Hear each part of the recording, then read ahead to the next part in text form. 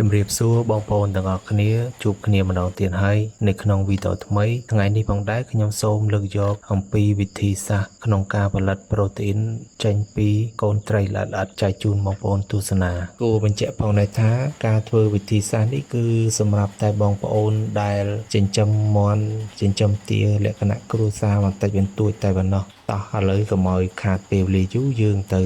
ទស្សនាអំពីវិធីសាស្ត្រក្នុងការធ្វើទាំងអស់គ្នាបាទសម្រាប់បងប្អូន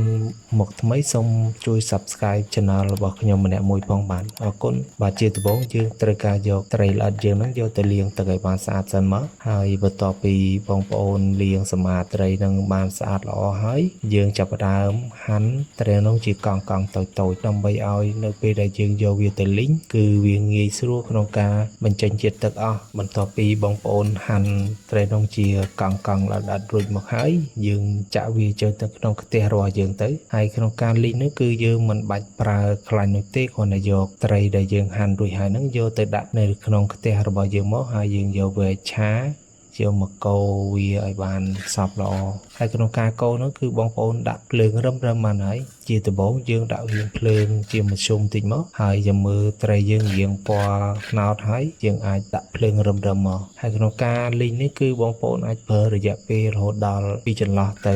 30នាទីរហូតដល់ទៅ40នាទីឬក៏លើសនឹងតាមចំនួនត្រីដែលបងប្អូនមានបន្ទាប់ពីយើងលីងរួចហើយបងប្អូនយកទៅបុកឬក៏កិនចំណែកឯខ្ញុំគឺយកទៅកិននៅក្នុងម៉ាស៊ីនក្លុកវាយវារហូតដល់វាក្លាយទៅជាម្សៅមើលតាមម្សៅនោះរាងម៉ត់ល្មមហើយបងប្អូនអាចយកវាយកទៅដាក់នៅក្នុងកែវថ្មបានឬក៏បងប្អូនអត់មានកែវថ្មទេបងប្អូនអាចយកទៅដាក់នៅក្នុងកែវជ័រក៏បានដែរហើយរក្សាទុកនៅក្នុងម្លប់កុំឲ្យត្រូវកម្ដៅថ្ងៃទើបអាចរក្សាទុកវាបានយូរបានបាទយើងសង្កេតឃើញថាម្សៅត្រីយើងក្លុកនោះគឺមានសភាពម៉ត់ហើយយើងចាប់ច្រកវាចូលក្នុងកឡថ្មយើងមកហើយបន្ទាប់ពីយើងច្រកហើយយើងគ្របទុកដាក់ឲ្យវាបានត្រឹមត្រូវខ្ញុំសាកភ្លក់មើលទៅវារសជាតិឡំយើងមិនបាច់ថែមគ្រឿងដូចជាវិជ័យឬក៏ស្ករអំបិលទេគឺរសជាតិវាធម្មជាតិសុទ្ធ 100% បាទបងប្អូនមើលទៅគឺសភាពរបស់ម្សៅប្រូតេអ៊ីនយើងហ្នឹងគឺមានសភាពបែបនេះហើយបន្ទាប់ពីយើងបានម្សៅប្រូតេអ៊ីនហ្នឹងហើយយើងអាចយកទៅលាយជាមួយចំណីយើងបានដោយក្នុងបរិមាណនៃការលាយគឺចំណី1គីឡូក្រាមគឺយើងអាចលាយម្សៅប្រូតេអ៊ីនត្រីហ្នឹងចំនួន1ខាំហើយនៅក្នុងវីដេអូនេះគឺខ្ញុំហើយចំណីដែលខ្ញុំប្រើហ្នឹងគឺជាង75គីឡូឯដែរខ្ញុំប្រើ2ស្លាបព្រាធំ